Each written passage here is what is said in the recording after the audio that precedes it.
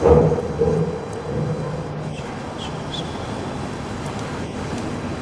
اللہ الرحمن الرحیم۔ شروع اللہ کے نام سے جو بڑا مہربان اور نہایت رحم کرنے والا ہے۔ تمام احباب درود پاک پڑھیے۔ اللہم صلی علی محمد وعلی آل محمد کما صلیت علی ابراہیم وعلی آل ابراہیم انک حمید مجید۔ اللہم بارک علی محمد وعلی آل محمد کما بارکت علی ابراہیم وعلی آل ابراہیم انک حمید مجید۔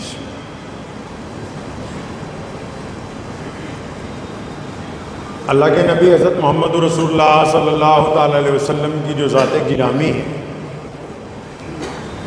آپ علیہ الصلوۃ والسلام نے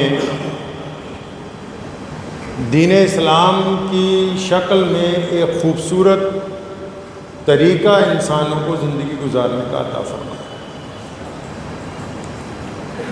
جہاں بہت ساری چیزیں اسلام میں ہیں، توحید ہے، ختم نبوت صلی اللہ علیہ وسلم کا عقیدہ ہے، نماز ہے، روزہ ہے، حج ہے، زکوٰۃ ہے، ان کے ساتھ ساتھ نبی علیہ السلام نے تمام امور کے اوپر توجہ دلوائی۔ آپ اگر کبھی غور سے دیکھیں گے اطمینان کے ساتھ، تو اسلام نے جو سماجک ویوستھا کا نظام ہے، گھریلو بھی، محلے کا بھی، شہر کا بھی، قوموں کا بھی،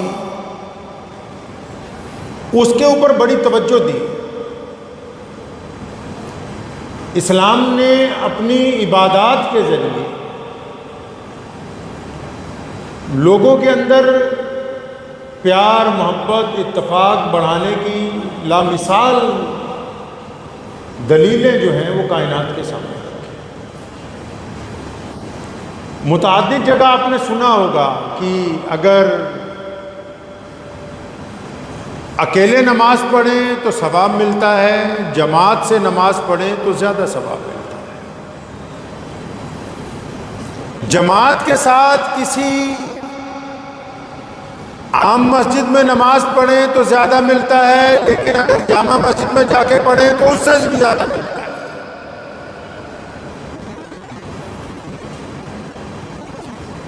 اور پھر جب عید کا دن آئے تو اگر عیدگاہ میں جا کے نماز پڑھیں تو ثواب کی مقدار اور بڑھ جاتی ہے۔ اب اس میں حضرت محمد رسول اللہ صلی اللہ علیہ وسلم انسانوں کو یہ سمجھانا چاہ رہے ہیں، یہ بات واضح طور پر بتا رہے ہیں قوم کو کہ تنہا رہنے سے جڑ کے رہنا زیادہ فائدہ ہے۔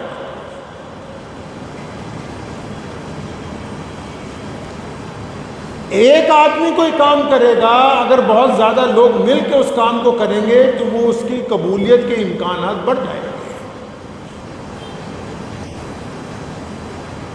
عبادت کے اس رنگ کو ہم نے نظر انداز کیا ہے یکسر، اور پھر آپ عبادت میں یہ خاصیت دیکھیے کہ آپ اکیلے نماز پڑھیں گے تو فرض ادا ہوگا، ثواب ملے گا، جماعت سے نماز پڑھیں گے تو فرض بھی ادا ہوگا، ثواب بھی ملے گا، اس کے اوپر جماعت سے نماز پڑھنے کا علیحدہ سے ثواب ملے گا، لیکن جماعت میں امام کی اقتداء کرنے کا اس سے بھی زیادہ فائدہ ہونے والا۔ یعنی پھر عبادت میں یہ بھی آپ کو سمجھا دیا اسلام نے کہ جب آپ اجتماعیت میں آئیں گے، جب آپ میں اتفاق ہوگا تو پھر آپ کے سامنے جس کا آپ کہنا مانیں گے ایک ہی ہونا چاہیے بندہ۔ اسلام نے اپنے ابتدائی امور میں بات رکھی نا، خصوصیت دیکھیں، ایک اللہ وحدہ لا شریک کا حکم ہوا کہ ایک رب کی عبادت کرنی ہے بس۔ اور جب محمد الرسول اللہ صلی اللہ علیہ وسلم آ گئے تو پچھلے جتنے نبی ہیں ان کی عزت تو برقرار ہے، ان کا احترام تو برقرار ہے، ان سے محبتیں تو برقرار ہیں، لیکن ان کا آرڈر کینسل کر دیا۔ اب حکم ہوا کہ اب تو محمد الرسول اللہ ہی خاتم النبیین ہیں۔ اگر کسی کا کہنا مانا جائے گا، اگر کسی کے دستور پر چلا جائے گا، اگر کسی کی شریعت کو تسلیم کیا جائے گا تو فقط ایک نبی ہے، وہ محمد الرسول اللہ صلی اللہ علیہ وسلم۔ ڈسپلن سمجھا رہے ہیں یہاں کہ ایک خدا کی عبادت تو ایک رسول کی اطاعت۔ آپ اسلام کی خوبصورتی دیکھیں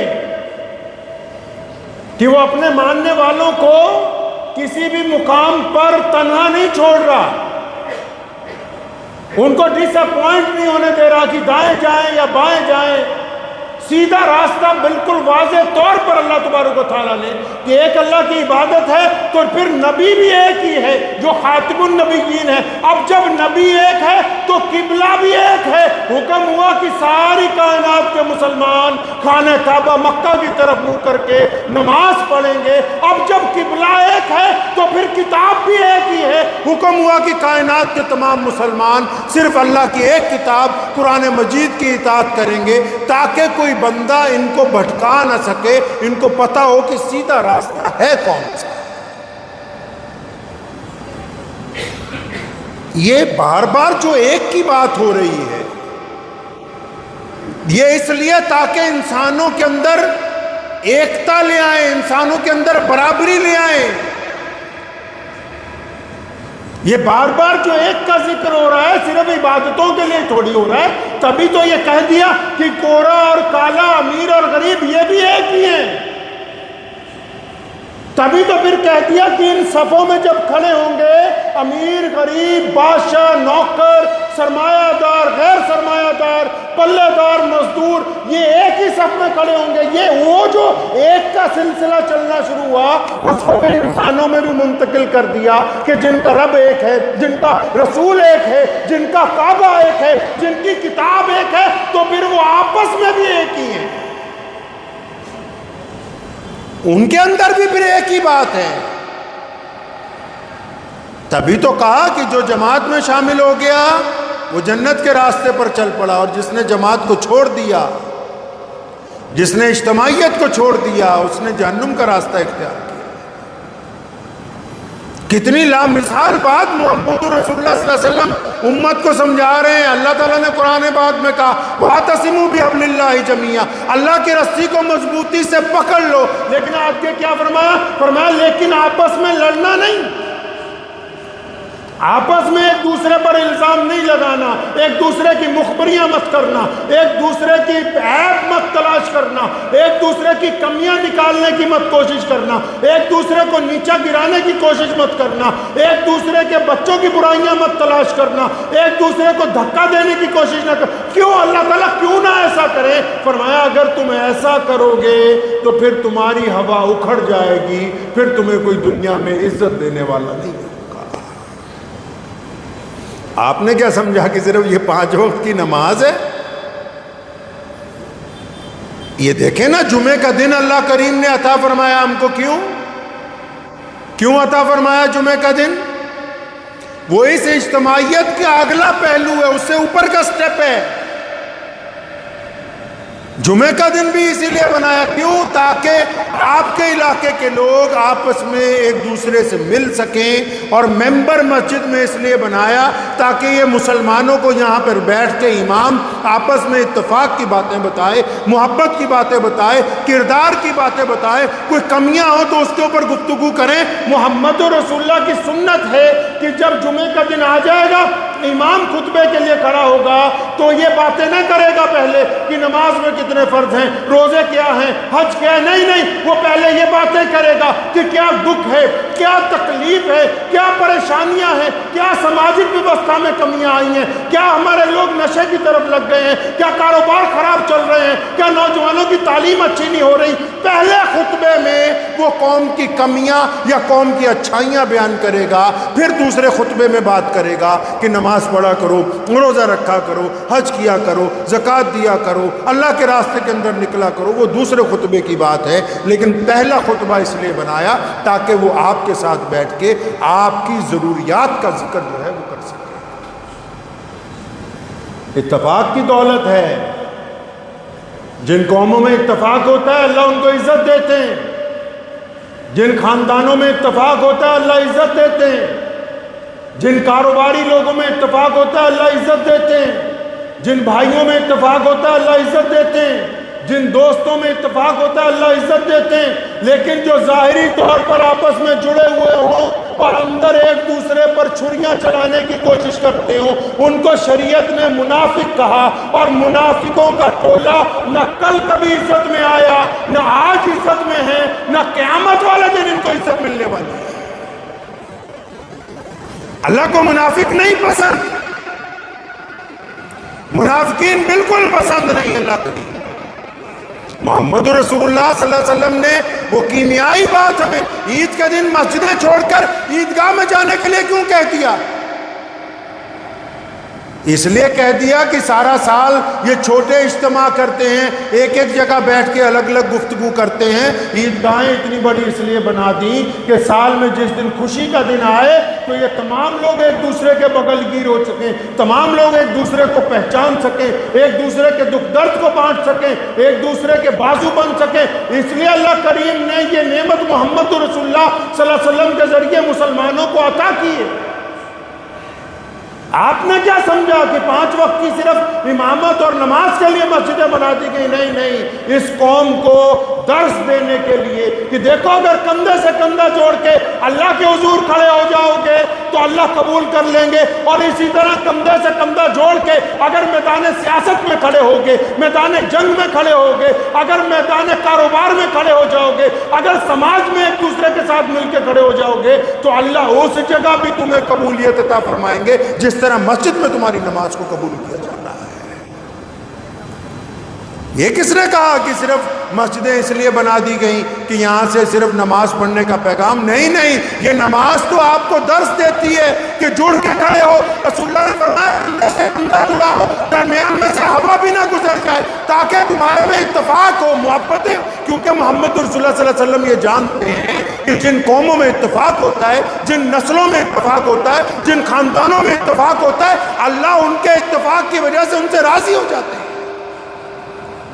اور پھر اس اتفاق میں بڑا درس کیا دیا امت کو؟ یہ تو کوئی بات نہیں کہ قابل سارے ہیں، کوئی قابل نہیں ہوتا، قابل سارے ہی ہیں۔ جب امام نماز کے لیے کھڑا ہوتا ہے تو اس کے پیچھے بڑے بڑے عالم بھی کھڑے ہوتے ہیں، حافظ بھی کھڑے ہوتے ہیں، محدث بھی کھڑے ہوتے ہیں، شیخ الحدیث بھی کھڑے ہوتے ہیں، انجینئر بھی کھڑے ہوتے ہیں، ڈاکٹر بھی کھڑے ہوتے ہیں، اربوں پتی لوگ بھی کھڑے ہوتے ہیں، دولت مند بھی ہوتے ہیں، حسین بھی ہوتے ہیں، بہترین قرات کرنے والے بھی ہوتے ہیں، لیکن ایک امام کو آگے کھڑا کر کے باقی سب کو یہ نماز اطاعت سکھا رہی ہے، فرما برداری سکھا رہی ہے کہ جب کوئی تمہارا امام بنا دیا گیا، جب کوئی تمہارا امیر بنا دیا گیا، جب کسی کو تمہارا بڑا بنا دیا گیا تو اب اس کی تم کمیاں خوبیاں مت تلاش کرو، بلکہ جب وہ تمہاری قوم کے آگے کھڑا ہے، چاہے وہ میدان ہے، چاہے وہ مسجد ہے، چاہے وہ سیاست ہے، اگر تم نے کسی کو اپنا رہبر بنا لیا ہے تو پھر اس کی پیٹھ کے پیچھے کندھے سے کندھا جوڑ کے کھڑے ہو، جس طرح وہ کہے گا تم اسی طرح اگر اقتدا کرو گے، وہ رکوع میں جائے گا تم رکوع میں جاؤ گے، وہ سجدہ کرے گا آپ سجدہ کریں گے، وہ قیام میں ہوگا آپ بھی قیام کریں گے، تو اللہ کو یہ ادا پسند آئے گی کہ میرے فرما بردار بندے یہ قابلیت کے باوجود صرف میری اطاعت کے لیے ایک بندے کی امامت کو قبول کرتے ہیں۔ اللہ کو یہ بڑی ادا پسند ہے، اور ان کا اتفاق دیکھ کے اس جماعت کو، اس نماز کو قبول کیا جاتا ہے۔ وہی اتفاق اگر سماج میں ہوگا، وہی اتفاق اگر سیاست کے اندر ہوگا، وہی اتفاق اگر میدان میں ہوگا تو کیا وہاں اللہ تبارک و تعالیٰ عزت نہیں عطا فرمائے گا؟ وہاں بھی عزت ملنے والی ہے۔ اسلام کی بیش قیمت نعمت ہے اتفاق۔ اتفاق میں اللہ نے برکت رکھی ہے۔ آپ اکیلے کھانا کھائیے، نہ تو آپ پیٹ بھر کے اچھی طرح کھا سکتے ہیں، نہ آپ خوش اسلوبی سے کھا سکتے ہیں۔ اسلام نے کہا دسترخوان بچھاؤ اور سارے ایک برابر بیٹھ کے کھاؤ۔ آپ دیکھیں گے کہ کم کھانا اس میں برکت ہو جائے گی، اور جس نے صرف بے دلی کے ساتھ چند لقمے کھانے تھے وہ پیٹ بھر کے کھائے گا، کیونکہ جب اتفاق کے ساتھ لقمہ حلق سے نیچے اترتا ہے تو اس کے اندر لذت کے اندر اضافہ ہو جاتا ہے۔ اس کے اسلام نے کہا کہ بانٹ کے کھاؤ، اسلام نے کہا کہ سب کو اکٹھے بٹھا کے ایک ساتھ میں کھانا کھلاؤ۔ یہ نمازیں، یہ مسجدیں، یہی ہم مار کہاں کھا گئے آ کے؟ ہم نے تو کہا کہ مسجد بس بہترین استنجا خانے ہوں اور استنجا کریں، وضو کریں اور وہاں جا کے کھڑے ہو جائیں۔ مولوی صاحب اگر دیر سے آئے تو ان کی بے عزتی کر دو، مؤذن اگر نہیں ہے تو اس کی بے عزتی کر دو، اس کے بعد آرام سے اپنی 4 رکعت پڑھو، 4 رکعت پڑھنے کے بعد سلام پھیرو، ادھر جاؤ ادھر جاؤ۔ بس ہمیں تو پتہ ہی نہیں کہ نماز ہم سے چاہتی کیا ہے۔ نماز نے درس عبادت کے ساتھ جو اتفاق کا درس دیا، جو محبت کا درس دیا، جو ایک دوسرے کا ساتھ دینے کا درس دیا، جو خلوص کا درس دیا، جو دوسروں کو بانٹنے کا درس دیا، وہ تو غائب، وہ تو اڑا دیا بیچ میں سے، ختم ہو گیا وہ معاملہ۔ اللہ تعالیٰ کا وعدہ ہے کہ اگر اتفاق سے رہو گے تو عزت تمہارے لیے ہے، دنیا میں بھی عزت ہے، آخرت کے اندر بھی عزت ہے۔ اب اتفاق کی سب سے بڑا دشمن کون ہے؟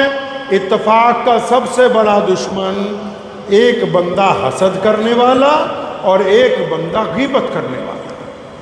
کہاں جا کے قومیں برباد ہوتی ہیں، خاندان کہاں برباد ہوتے ہیں، کاروباری ادارے کیوں برباد ہوتے ہیں؟ یہ بڑی بڑی ملٹی نیشنل کمپنیز کو آپ دیکھیں وہ کس طرح نظام کو چلا رہی ہیں۔ آپ نے سنا ہوگا آپ کے جو بچے وہاں کام کرتے ہیں کہ آج جی میٹنگ ہے، کس بات کی میٹنگ ہے؟ کہ آج فلاں جگہ فلاں بڑے ہوٹل میں میٹنگ رکھی ہے، کس بات کی میٹنگ رکھتے ہیں؟ وہ اس بات کی میٹنگیں کرتے ہیں کہ جتنے امپلائیز ہیں ہمارے پاس یہ آپس میں ایک دوسرے سے جڑ کے کیسے کام کر سکتے ہیں، ان کا آپس میں کمیونیکیشن کیسے اچھا ہوگا، ان کی کنیکٹیویٹی کیسے بڑھے گی۔ کیونکہ کمپنیوں کو بھی یہ بات پتہ ہے کہ اگر گروپ بنا کے مینجمنٹ کام کرے گی تو تیزی کے ساتھ کمپنی آگے جائے گی۔ اگر وہ انفرادی طور پر کوئی بندہ کام کرے گا تو وہ گروپ کے مطابق ارننگ نہیں کر سکتا، کمپنی کی بات کو، کمپنی کے پروڈکٹ کو وہاں تک نہیں پہنچا سکتا جہاں تک پہنچنا چاہیے۔ محمد رسول اللہ صلی اللہ علیہ وسلم نے یہ فلسفہ 1450 سال پہلے انسانوں کو عطا فرمایا۔ یہ کائنات میں جو اسلام سب سے بڑا مذہب بنا، سب سے بڑا دین بنا، وہ اتفاق کی برکت سے ہی تو بنا۔ سیدنا خالد ابن ولید رضی اللہ عنہ دل کے نقطہ پہ لکھ لیجئے تختی پہ، وہ لوگ جو حسد کرتے ہیں، وہ لوگ جو غیبتیں کرتے ہیں، وہ لوگ جو ایک دوسرے کو شیعہ سنی میں، انصاری قریشی میں، پٹھان میں ایک دوسرے کو بریلوی دیوبندی میں بانٹنا چاہتے ہیں، سنو، جن کو اپنی کرسیاں پیاری ہیں، جن کو اپنی پگڑیاں ہی اچھی لگتی ہیں، جن کو صرف اپنی میں پسند ہے، کان کھول کے سنو اور تاریخ اٹھاؤ مسلمانوں کی۔ سیدنا عمر بن خطاب رضی اللہ تعالیٰ عنہ، جن کی شہادت کا دن بھی آج ہے، محرم کی پہلی تاریخ ہے۔ سیدنا عمر بن خطاب رضی اللہ تعالیٰ عنہ جب خلیفہ بنے تو مسلمانوں کا ایک اولو العظم مجاہد جس کا نام تاریخ اسلام میں خالد ابن ولید رضی اللہ تعالیٰ عنہ ہے، جو رسول اللہ کے چہیتے صحابی ہیں، جو بے باک صحابی ہیں، جو مسلمانوں میں فتح مکہ میں ہرول دستے کے سالار تھے، جن کے گھوڑوں نے یمن کو رونتے ہوئے کیسر و کسرا کے تخت و تاج کو زمین دوز کر دیا، جنہوں نے کئی درجن ملک مسلمانوں کو فتح کر کے دیے، وہ آگے بڑھ رہے تھے۔ ادھر خلافت میں ابو بکر صدیق رضی اللہ تعالیٰ کا انتقال ہوا، عمر بن خطاب رضی اللہ تعالیٰ مسلمانوں کے جنرل، مسلمانوں کے خلیفہ بن گئے۔ اب خلیفہ، جب کوئی نیا خلیفہ بنتا ہے وہ اپنے حساب سے حکومت چلاتا ہے، اس میں کوئی برائی نہیں۔ امیر المومنین عمر بن خطاب رضی اللہ تعالیٰ جب خلافت کی مسند پہ بیٹھے، انہوں نے کہا کہ کچھ بدلیاں کر دی جائیں۔ جب نئی حکومتیں آتی ہیں کچھ لوگوں کو بدلتے ہیں، تو انہوں نے یہاں سے آرڈر لکھا۔ خالد ابن ولید رضی اللہ تعالیٰ عنہ جہاں فتح کر رہے تھے، 22 ملک فتح کر چکے تھے، اس لشکر میں مسلمانوں کے امیر الامت سیدنا ابو عبیدہ بن جراح رضی اللہ تعالیٰ عنہ، وہ بھی عشرہ مبشرہ میں ہیں، وہ بھی اسی لشکر میں کام کر رہے ہیں کئی سالوں سے، وہ بھی اسی لشکر میں ڈپٹی جنرل ہیں۔ اب ادھر سے حکم نامہ گیا، کیا حکم نامہ گیا؟ کہ خالد کو اتار دیا ہے۔ اگر آج کہیں کسی قوم کی ضرورت کے مطابق کہہ دینا کہ فلاں لوگ اپنی مسند چھوڑ دو، فلاں تم سے قابل ہے وہی بیٹھ کے چلا لے گا، تو بولیں گے نہیں نہیں، ہم الگ جماعت بنا لیں گے، ہم مدرسوں کے ٹکڑے کر دیں گے، ہم جماعتوں کے ٹکڑے کر دیں گے، ہم اتفاق کے ٹکڑے کر دیں گے، لیکن اپنی انا نہیں گرنے دیں گے۔ ان کو اسلام تھوڑی پیارا ہے۔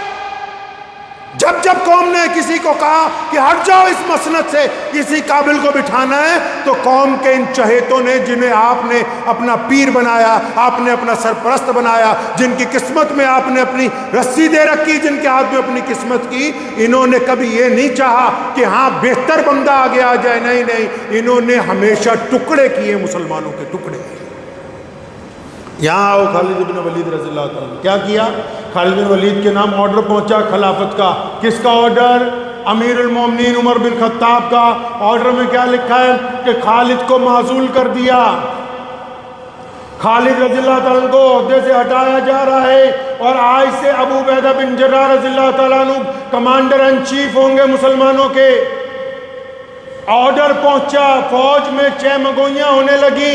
سیدنا ابو عبیدہ بن جراح رضی اللہ عنہ خود حیران ہے کہ اچانک یہ کیسا حکم آیا۔ خالد تو بڑا خوبصورت جوان ہے، اور یہ تو بڑا بہادر ہے، نبی علیہ السلام نے اس کو سیف اللہ کا لقب دیا، اس کو اللہ کی تلوار کہا۔ یہ اچانک عمر فاروق کی طرف سے جب آرڈر آیا، آرڈر ماننا تو سب کے حکم، سب کی ذمہ داری بنتی ہے، فوراً اس کی تعمیل کر دی گئی۔ خالد رضی اللہ تعالیٰ کی جگہ حضرت ابو عبیدہ بن جراح کو جب جنرل بنایا، اسی رات مسلمانوں کی ایک ٹکڑی پر اس علاقے کے مشرکین نے حملہ کر دیا۔ مخبروں نے آ کے ابو عبیدہ بن جراح کو اطلاع دی کہ حضرت وہ فلاں ہماری جو فوجی ٹکڑی تھی، اس کو دشمن نے اتنی بری طرح گھیرا ہے کہ وہ اب بچنے والے نہیں ہیں، اگر کوئی ان کو بچا سکتا ہے تو بس خالد بن ولید ہے، جس کو اس علاقے کا فن پتہ ہے۔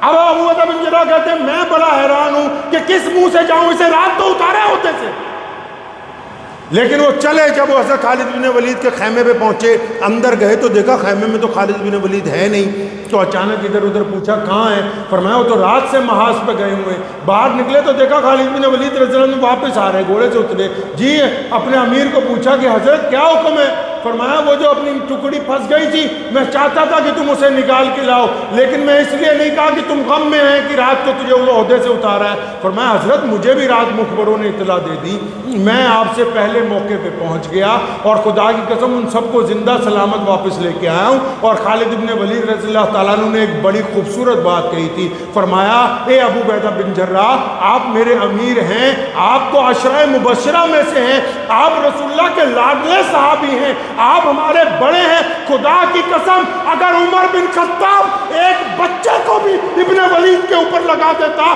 تو میں اس کی بھی اطاعت کرتا، کیونکہ خطاب کا بیٹا اسلام کے لیے میدان میں آیا، عمر بن خطاب کے لیے میدان میں آیا۔ اپنے اندر یہ جذبہ پیدا کیجئے اتفاق کا۔ کس کا بھائی؟ اتفاق کا جذبہ۔ اگر آپ میں اتفاق نہیں ہے تو آپ کچھ نہیں کر سکتے۔ نا اتفاقی ناسور ہے، دو ہی لوگ کرتے ہیں، جن کو اللہ کی تقسیم پر نعوذ باللہ شک ہے۔ دو لوگ نا اتفاقی کرتے ہیں، حسد کرتے ہیں۔ کون؟ اللہ نے سب کو بنایا ہے نا، کون بڑا ہے کون چھوٹا ہے۔ جن کو حسد ہو جاتی ہے اور جو چگلیاں کرتے ہیں، وہ اللہ کی تقسیم پر ناراضگی کا اظہار کرتے ہیں کہ جی میں یہاں پر ہونا چاہیے تھا، وہ دوسرا بندہ نہیں ہونا چاہیے تھا۔ نا اتفاقی نکالیے قوم میں سے، گھر میں سے، معاشرے میں سے، اور اگر کوئی ناسور ہیں تو ان سے قطع تعلق کر کے باقی جو اجتماعیت قائم ہو سکتی ہے، تعلق قائم کر سکتے ہیں، اس کو آگے بڑھائیں۔ یہ ابھی آپ نے دیکھا پچھلے ہفتے جو بہت بڑا محاصرہ، بہت بڑی جنگ تو ہوئی ہے بر صغیر کے ساتھ کھاڑی میں، آپ نے دیکھا کہ وہ لوگ جو کہتے تھے ہم ناقابل تسخیر ہیں، ابھی ہمارا تو کچھ ہو ہی نہیں سکتا، تو انہوں نے اس جنگ میں اہل ایمان کے آگے گھٹنے ٹیک دی، ایک بوڑھے شیر کے آگے۔ کیوں؟ یہ پتہ کیوں؟ ٹیکنالوجی نہیں ہے اس میں، آپ پردے کے پیچھے نہیں دیکھتے۔ رواج تھا پورے عرب میں کہ جب کبھی جنگ ہوتی تھی تو اس ملک کی جنتا بغاوت کر دیتی تھی اپنے حکمرانوں کے خلاف، اپنے حکمرانوں کو مار دیتے تھے اور دشمن جیت جاتا تھا۔ اس بار بھی دشمن چاہتا تھا کہ جب جنگ ہوگی تو ملک کے اندر جو سنی ہیں، جو کرد ہیں، وہ بغاوت کریں گے اور ہم اس ملک کے اندر حکومت کا تختہ پلٹ کر دیں گے اور ہم اس طرح جیت جائیں گے۔ لیکن وہاں کے مسلمانوں نے، چاہے وہ شیعہ ہیں، چاہے وہ سنی ہیں، چاہے وہ کرد ہیں، ان کے اتفاق نے دنیا کی سپر پاور کے گھٹنے ٹکا دیے۔ اگر اتفاق ان کے پاس نہیں ہوتا تو یہ جنگ جیت نہیں سکتے تھے۔ یہ تشریر کا پچھلا رخ ہے، پڑھ لیجئے گا اگر آپ کو کبھی فرصت ملے۔ بیانات بھی پڑھ لیجئے گا بڑے بڑے لیڈروں کے، انہوں نے کہا جنگ کے دوران کہ ہم تختہ پلٹ دیں گے وہاں۔ کن کے بل پر کہا؟ قوموں کے بل پر کہا نا، مسلک کے بل پر کہا۔ لیکن جب تمام مسلک والے محمد رسول اللہ صلی اللہ علیہ وسلم کے نام پر اکٹھے ہو گئے تو اللہ نے ان کو عزتوں سے نواز دیا۔ تو اس بات کو ذہن نشین کر لیجئے کہ اگر آپ معاشرے میں عزت چاہتے ہیں، آپ سماجی ویوستھا میں عزت چاہتے ہیں، آپ اپنے گھر میں آپس میں عزت چاہتے ہیں، آپ اگر سیاست میں عزت چاہتے ہیں تو آپ کو اتفاق کرنا سیکھنا ہوگا، ضبط کرنا سیکھنا ہوگا، برداشت کرنی سیکھنی ہوگی، اپنے امیر کی اطاعت کرنی سیکھنی ہوگی۔ اگر آپ اطاعت نہیں کر سکتے، آپس میں اتفاق نہیں کر سکتے تو پھر کوئی بھی قوم جو ہے وہ کامیاب نہیں ہو سکتی۔ دعا کیجیے اللہ کریم مجھے بھی اور آپ سب کو ان باتوں پر عمل کی توفیق عطا فرمائے۔ وآخر دعوانا ان الحمدللہ۔